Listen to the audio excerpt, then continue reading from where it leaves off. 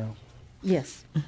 Go ahead. Thank you very much. I just want to say that I certainly know Buffalo Wild Wings, and know. Well, I don't eat meat, so I don't eat meat, but I know the owners. It's in the city of Carson, and I know that the work that they do, is a real partnership. They hire locally, and I'm just really astounded by the fact that an employee working for Buffalo Wild Wings can make anywhere, just as a server, close to $50,000. Correct. And so he didn't share that. And so certainly he is an example of a good business doing well in the community. There's a real partnership. And again, speaking firsthand, because I've seen what the work that they've done, and they take individuals who other people won't give a chance to. And I think that's really remarkable, because you give chances to individuals who doors will be slammed in their face. And so, again, I want to commend you on your business model, and certainly think that it should be expanded. But did you hear what he said in his opening comments? Out of 1,000 Buffalo Wild Wings, there's only really 2 franchise who are African American.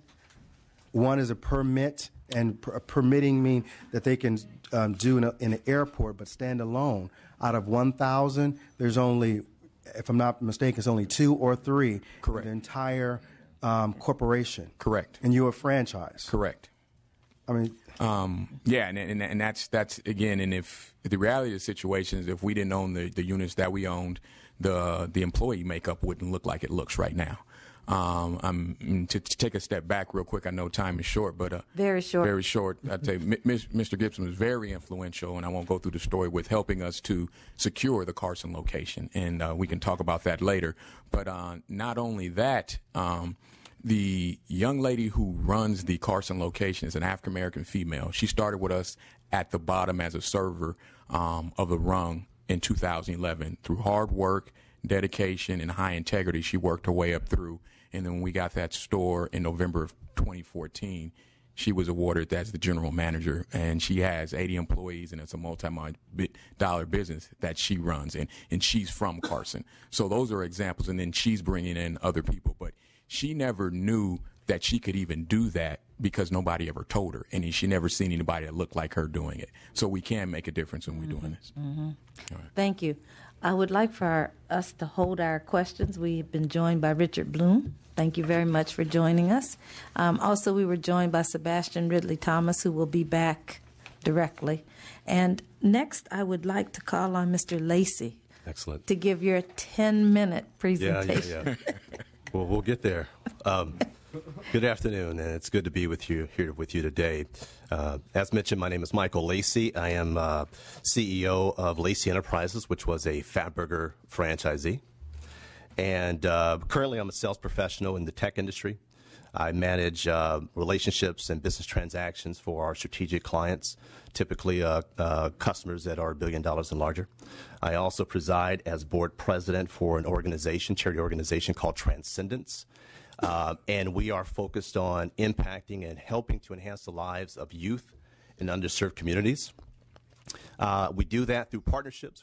We partner with companies like Microsoft and Edison International, other organizations, to provide awareness around technology careers. We also are the fiscal agent for a program called the Reintegration Academy, which is one of the largest programs in California to address recidivism. And that is run by Dr. Renford Reese out of Cal Poly Pomona. And finally, I've recently been appointed to the advisory, president of the advisory board for the Inland Valley News based in Upland. I'm going to talk a little bit today about the financial impact that the impact of financing has on African American businesses. And a little bit of background: I was born in South Central LA to teenage parents. My father in the audience, he went to Manual Arts. My mom went to Dorsey. And when we were young, we moved out to Pomona, where I spent most of my formative years. And even though we came from a modest background, we have a history of being entrepreneurs. My grandfather was in the aerospace industry, and he left and became a contractor. And he also had other side businesses, including selling stocks and bonds. My father, the gentleman over in the audience, Otis Lacey Jr., he is a general contractor, and he started off working for different cities in public works, city of Compton, city of Pomona. And at about the age of 10, when I was 10, not him, at the age of 10, he left to start his own business, which took a lot of courage, a lot of guts, took a lot of talent, perseverance. And for the past 40 years, he's been self-employed as a general contractor and a residential and commercial developer. So we have a lot of background as being entrepreneurs. It's part of our DNA and something I'm very passionate about. I spent time involved in a family business. I started working in the software industry around 2000. And in 2003, I bought the rights to open 5 Fatburger restaurants in the Inland Empire. Later, we also went on to purchase the rights to develop 10 stores in Houston as well. We opened our first store, Rancho Cucamonga, in 2005, and I left my career to devote full time to the endeavor. The motivation behind wanting to be an entrepreneur was really twofold. You know, one, for me, the attraction of investing in a franchise was coming out of South Central Los Angeles. There was 2 restaurants that were my favorite growing up. It was Golden Bird and it was Fatburger, right? And for those of you that have districts in the LA vicinity, you know what those brands mean, you know, to the community. And so, you know, growing up, and just a little bit of history about Fatburger. Fatburger, for people who don't know, was founded in 1952 by Lovey Yancey. She was an African-American woman who started business in 1952. Today, there's about 150 worldwide as far as China and Dubai. And so there's an incredible legacy and accomplishment in that. And so, you know, for many of those in the community, that brand has a lot of meaning, right? So we opened up, when we began the process of opening up our first store in 2005, we began to publicize and put advertising out that we were hiring. And it was really interesting that the demand that came from the African American community. And I think a part of that is because of the culture, the history. You have Fatburger that's immortalized in songs from Ice Cube to Tupac and others. And there was a strong connection. And as a data point, Rancho Cucamonga is 1/3 white, 1/3 Latino, 14% Asian, and about 8% African American. We had hundreds of applicants, and 90% were African American. And again, I believe that's because of the connection to the brand. We set out, and as I became, as we started this endeavor, I looked at it as an opportunity as an African American business owner to be able to provide opportunities to some youth in the African American community. Had no idea we would get the demand that we did. So methodically, we went out to hire the best applicants we could. And for us, the best was not always by the most polished resume or the most experience, right? For us, sometimes the best was a young lady that may have been introverted, but we could see that potential. We could see that resilience. We could see that that commitment where she could become a dynamic person and contributor to our team. We also sometimes saw, a young man who may have had some legal issues, which makes it very difficult for young people to get employed when they have legal challenges. But in certain cases, we could see that determination to really be self-sufficient and really want to turn their lives around in order to contribute to their family. And so, it was through that process that we were able to hire many kids and give them their first opportunity to have structure, to work in a store environment, to teach them things about culture and everything else. And many of them use that as a springboard to go on and to do other things in life. From a financing standpoint, we were financed through our partnership with Fatburger. And the CEO of Fatburger, Keith Warlick at the time, had an agreement with GE Capital to finance any franchise stores that qualified up to 80% of the hard cost, as long as he was the CEO. So we were able to get our financing for our first store through GE Capital. We opened, our first year was very strong. 2006, we were one of the top performing stores. In 2007, as the financial crisis started to hit, it impacted our stores. Rancho Cucamonga was one of the Inland Empire was one of the hardest hit areas in terms of foreclosures, bankruptcies, unemployment in the nation, and disposable income was impacted to a great extent. So we started to see a decline in our business. The biggest challenge to us surviving for the long haul was access to financing. When the CEO, there was a change in leadership shortly after we opened our stores. And so our access to GE Capital dissipated when that relationship changed.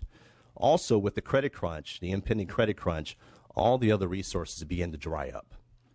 And so we were left with a situation where we had leases signed to expand to Glendora, Chino Hills, and other locations, but we couldn't fund it. And so we ended up closing our doors in 2009. And that's okay, right? It's not okay. But the point is, the point is that we're here in 2015, and if anything, it's become more challenging for African American businesses to get financing. If you look at the SBA, they are funding a smaller percentage of African American businesses now than what they were doing in 2005 and before the crisis. They're also financing larger loans, which are missing a lot of African American businesses. 80% of African American businesses are loans 150 and below. According to the SBA, in 2005, the average loan amount was $193,000. Now it's $450,000. And so it's missing a whole target, of the barbershops, the small businesses that are employing our youth. And so that's a big challenge. As we transition and talk about opportunities, there's a few things that we can consider. One, we talked about the loan size. Two, we talked a little bit, and the panel talked about access to capital, which is very important. Strengthening minority contract programs is a must. Enabling businesses through government contracts to get that experience, get that traction, build that success, and then transition to the private sector. Business mentoring is very important. Being able to pair new businesses with existing businesses, that's critical to our success and longevity. Networking, bringing our dispersed groups together and interests together and have better, stronger networking communities is important. And really looking at technology as a first citizen. And what I mean by that is that, we are in the midst of a technology revolution. The world has changed before our eyes over the last few years. If you look at the economies and the businesses today, the world's largest taxi company, Uber, has no cars. The world's largest photo company, Instagram, doesn't take or make pictures. The world's most popular media company, Facebook, doesn't really make any media content. So it's completely changed. We've moved from a manufacturing economy to more of a service technology-based economy. And we have to be first citizens, and we have to participate in this new economic playing field. The last point is education. Some of the panel talked about education. We have some of the best colleges in the world. We are training the world's entrepreneurs. 30% of students in MBA programs are foreign-born. 30%. And when you look at STEM fields, it is as high as 60%. So we have to look at how do we take advantage of those opportunities. Finally, in closing, I'll just read a short letter from a parent of one of my former employees. And she wrote and said, "We will always remember and be grateful for your investment in African American youth, particularly our daughter, Angelica Hope Younger. Hope always had a desire to work. She has always been responsible and has had a great deal of initiative. However, first jobs are almost impossible to obtain, and that experience negatively affects our youth's self-esteem and drive. Hiring Hope is saying that you believe in her and her ability to succeed. This is something that all young people desire and need. Additionally, she acquired many job-related skills such as importance of timeliness, conflict resolution, task completion, and teamwork. She appreciated that you gave her a chance, and she worked hard because of that, even doing unpleasant tasks like cleaning bathrooms. She has worked hard ever since. She's attended school. She graduated from with a Bachelor's of Science and degree in kinesiology from the California State University of San Bernardino. And she is now going to be attending the Master's of Social Work at Southern California University. And so we're proud of the opportunities that we're giving to kids. We need more support to develop black businesses so we can give more of those opportunities. We're in a global economy now. We're no longer competing against just regions and states. We're competing against the world. And enabling African American businesses helps people like Angelica Hope Younger. It helps improve our communities, create jobs, reduce recidivism, and helps improve our economy. And it's not charity, it impacts all of us. And I think that's an important message. So I conclude with that. My time is done. And I just want to say that if I could be of help and support any of your efforts, let me know. Thank you. Thank you so much. We need to, I know if anybody has a quick question, we are joined by Assemblymember Kevin McCarty, and this is your district that we're sitting in right now, right? Kevin McCarty is here, and thank you for coming. Are there any burning questions that can't wait? Are you getting ready? Okay. Yours can wait. Okay, good. Thank you so much, gentlemen, for coming, and really enjoyed your presentation. Next up is Mr. Aubrey Stone and Mr. Malachi Sakuhaman. Oh, I'm in. Just Sakuhaman? Sakuhaman. I'm in. Yeah.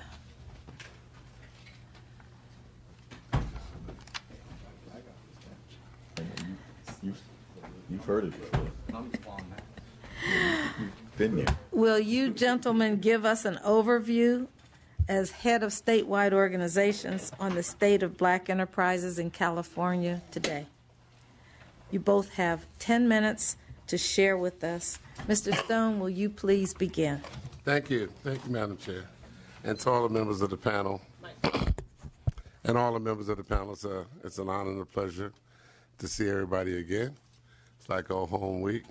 But I was asked to address some specific items, so I should, if I do it according to Hoyle, stay well within my 10 minutes. I was asked, specifically, how many African American black-owned business are currently in the state of California? According to the SBA data, which is the only rule of thumb we had to go by in post 209, is there approximately 150,000. Now, I say that with tongue in cheek because SBA currently says we're the fastest growing market segment in America, but nothing from nothing leaves nothing by my math. And we started at zero, so our ascent is really not exciting. To add and give some significance to that 150,000, currently there are approximately 1.1 million white women-owned businesses in the state of California, just the state of California. Approximately 875,000 Hispanic-owned businesses, 450,000 Asian-owned businesses, and 150,000 African-American-owned businesses. So I'm not excited. And that's not a disparaging remark to the other ethnic groups. I'm just telling you what the facts are. And the question was asked, has there been an incline or an increase over the last 10 years? Well, the gentleman, I'm not going to elaborate and beat a dead horse, but I'll simply say that there's an old saying that when the majority population catches a cold, African Americans catch pneumonia. Okay, and that happened to us on the downside of this economy when we had the burst. It affected other things other than just the fact that businesses dried up and went away. The real criminal piece of that was access to capital, the inability to expand, to have a line of credit. Me personally, when I had an account with B of A since 1975, had a $200,000 line of credit. The next statement I got, the line of credit was gone. I didn't invest in anything. I didn't buy nothing. I didn't sell nothing. It just went away. So, I mean, it happens just that fast, that rapidly. So, and then, it was asked how many black-owned businesses do business with the state of California. And here's the sadness. When we talk about the public sector, and you're representing the public sector of the state of California, less than 2% do business with the state of California. Now, I'm talking about Department of General Services. I'm talking about Caltrans. I'm talking about high-speed rail. I'm talking about the California Public Utilities, less than 2%. That's a shame and a travesty. And I know that for a fact because I sit on all of those boards, small business boards, and it's an uphill fight. And then, you ask the question, what are some of the challenges that face, small African-American-owned businesses? Well, go back to the 150,000. They're just simply too small. They don't have the capacity. That goes along, that tag teams with the data I gave you on the other ethnic groups. African-American-owned businesses only hire 1.7 persons per business. That's way too small. That does not have a positive impact on the economic condition of our community. One, we have too few businesses, and the ones we do have, the average hire is 1.7. So they're too small. So it definitely can't impact the job pattern. How can we do some things that can assist with policy changes? Mr. Lee from the Observer mentioned it, and I don't know if anybody, I hope you did take notes on it. And, not being a politician, just an advocate, whether there's an amendment, whether there's another proposition put on the ballot, 209 has got to go away. It's got to go away. It's a license to steal, and everybody's been stealing since it's been in effect. And it needs to go away. So how it goes away, you're the politicians, it needs to go away. Because one, you can't collect data, and if you can't collect data, you can't right the wrong. So it's got to go away. So I would say anything that has to do with removing Prop 209 by amendment or otherwise, it needs to go away. Today's bywords in the corporate sector is inclusion and diversity. Those are the two words that'll get you through any supply diversity door. Inclusion and diversity. Our challenge is how do you put life and breathe air into those two words? Because right now they're just hollow words. We're not participating in the process. Nothing is going on. I think the gentleman mentioned, SBA-backed loans. SBA itself doesn't give loans. What they do is validate the loan through giving banks. Well, with that said, even when SBA approves a loan, the bank still is not giving a loan. Okay, so just because SBA said it's okay to give a loan, the bank is still exercising its first right of refusal and not giving a loan. So we've got to get into the banking industry. It's a multifaceted challenge, but I think we're up to it. The last thing I will say is education and outreach.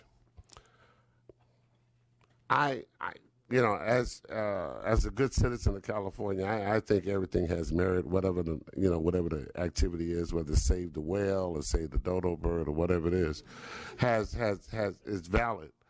But when someone tells me we don't have funding to give to whomever, organizations or otherwise, to train and educate people to move up to the next economic realm, I have a problem with that.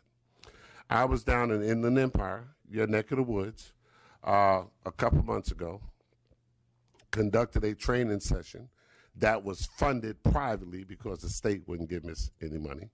Had 45 people in the room. I asked the question, how many people of the 45 in this room are certified to do business with the state of California? Only one out of 45 people that look like me and you. That's unacceptable. That's a training problem. And you got organizations out there. It doesn't have to be my chamber. It could be any organization that will train business people how to do business and then coach them through the process. So that's my comments. Thank you. Thank you so much. Malachi, next. Good afternoon to all the respective chairs, caucus and committee members. I'm Malachi Sekou Amen, President and CEO of the California Urban Partnership. And our mission is to build economic security and improve the quality of life in low-income communities of color. The way we do our work is by developing tools, advocating for policy solutions, and building partnerships. This would include tools such as our Unity pages, online business and community resources directory. We already have moved forward, despite Prop 209, to put together a data collection infrastructure, both digital and putting together the models for surveys to follow after on Black-owned businesses in California, minority businesses in California, the quality of life in communities of color. We're now beta testing that infrastructure. So we have the tools such as Unity pages. The policies that we advocate are those that support strategic goals for increasing business investment, homeownership, and developing a 21st century workforce. And then building partnerships that help community stakeholders connect to and seize economic opportunities in California. I'd like to again thank you for inviting us to share our perspectives, our insights, and recommendations relative to improving the state of Black enterprise in California. Those enterprises are important to our work. When they're successful, we will be successful in our work. We are particularly concerned with the Black teen unemployment rate, which is north of 60% now. Black enterprises can play a critical role in helping to reduce that unemployment rate. To provide a quick snapshot, I'll present my testimony in three parts. A look at the data then and now, a look at the policy, the tools from 10 years ago, because you asked us to look at from 10 years ago up until now, and then policy recommendations. On the data then and now, to get a comprehensive understanding of Black enterprises in California, I think we have to look at data going back not just 10 years, but probably up to 15 years. A lot hasn't changed. We have census numbers, but we just don't have the robust research on Black businesses and haven't had them for some time. But here's what we do know. Small businesses are the engine of California's economic performance, employing 52.8% of the state's non-farm private workforce in 2007. July 2005, the U.S. Census Bureau reported and confirmed that studies bill African Americans as more likely than any other ethnic group to launch a business. The data bumped total U.S. business growth between 1997 and 2002 up to 10%, while showing Black enterprises leading the growth at a whopping 45%. That's 43%. That growth was 43% in California. The Bureau's data noted that the vast majority of all American firms, especially Black and Hispanic businesses, are sole entrepreneurs with no employees. In a measurement of revenue disparity, the Bureau reported that the average Black business without employees earned just above $20,000 in 2005, while the same type of firm owned by a Caucasian earned just above $60,000. So $20,000 earned by a small Black-owned firm, $60,000 owned by a white firm with no employees. there's a disparity there. And a separate look at disparity in California specific earnings. 2005 Dun & Bradstreet Minority Business Data featured a survey of 10,787 high-performing operations, which included only minority firms. This was Asian, Black, Hispanic, Native American, and others. Those firms, the threshold was at least 500,000 or more in annual revenue, and good to excellent credit history and a rating. Over half of those California companies, 50 above 5,000 were Asian owned, 43%, a little bit over 4,000 were Hispanic owned, and only 3%. 327 of those businesses that were high performing in California were black owned. The Dun & Bradstreet data revealed the average sale, interestingly, the average sales volume of all of those businesses was above 3.4 million, while the black-owned companies actually did a little bit better when they were given the opportunity. They were at 3.7 million in terms of average sales volume. A July 2003 study by the Kauffman Foundation not only reaffirmed a report put out by the Milken Institute and the U.S. Department of Commerce, report that the high rate of minority business growth is constrained by a lack of debt and equity capital, and it found that in a profile of special venture funds that investments in these enterprises resulted in healthy returns equal to, if not slightly higher than, traditional investments by mainstream venture capitalists. Minority firms, however, receive only 1 to 2% of the nation's $100 billion equity capital market. And that's largely due to VCs being attracted to technology-based types of businesses, and the lack of knowledge that they need in order to tap into urban areas like South Los Angeles, where the aggregate income is estimated at more than $15 billion. So it's not that the ability is there. It's not that the market is there. It's just that there needs to be more work to show these investors how they can get a risk-adjusted rate of return on their investment. So let's look at the policy tools from 10 years ago up until now. One of the things that is particularly disturbing to us is that the SBDCs, the programs are not matched by state funding. So in order to really have those small business development centers do the work of providing training, technical assistance to small black-owned business so that they can be more competitive, they need more funding. And I won't even get into the whole enterprise zones and redevelopment agencies disappearing. I'm sure you're all familiar with that.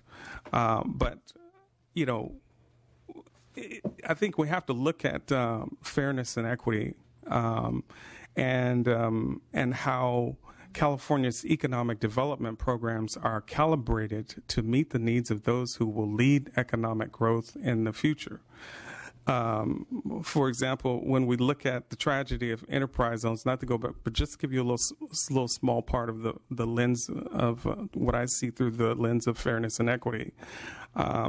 Enterprise zones were supposed to encourage major businesses to locate in low-income areas, and they tallied approximately $1 billion in tax savings to businesses between the program's inception between '86 and 2006. That $1 billion was a drop in the bucket compared to the $5.5 billion in state tax credits issued in one budget year in 2002. And so although you know, here's a program that is supposed to help low-income communities, distressed communities, we eliminated without trying to figure out how, the baby could still swim in the bathwater. We have the California Competes tax credit currently inside the Governor's Office of Business and Economic Development. That program largely focuses on industries, our competitive advantage industries, so tax credits to help them in major equipment purchases and employing highly unemployed populations. But that does nothing to provide tax credits to encourage investment into black-owned businesses in California. So I won't go through. There's a whole. This is about 10 pages of programs and data on the programs that we've had in California that have not been calibrated to the needs of our community. In terms of policy recommendations, I think it's not always about, what new policies. Certainly there's a lot of room for the new policies that we could that could help us. But, it's about what can be done in the way of leadership and partnership with communities of color in the space of commerce and trade. I think some of the specific things is community engagement and including more youth and young adults and a culture and an ecosystem of entrepreneurship, because this at one point in time was part of our culture in the community. There's place-based economic development, connecting our low-income communities to regional economic opportunities, to the technology-based industry clusters. And then finally, I'll say access to capital, and more specifically, and we thank the Legislative Black Caucus for partnering with us on our recent policy forum breakfast, where we highlighted opportunities to increase access to capital. There's a new markets tax credit proposal that's currently on the table by Assemblymember Eduardo Garcia, which would make available up to $500 million in private capital specifically for low-income communities, for small business and affordable housing development in those communities that need the most investment. There's $500 billion in the private equity markets just sitting on the sidelines. We could deploy that money and provide incentives for low-income communities, and the California Urban Partnership stands ready to partner with you and work with you. Thank you. Thank you so very, very much. I know that you'll have questions, but we're going to have questions at the end of this hearing. And so if you will come, the final panel will now take their seats. Thank you so much, both of you, for coming.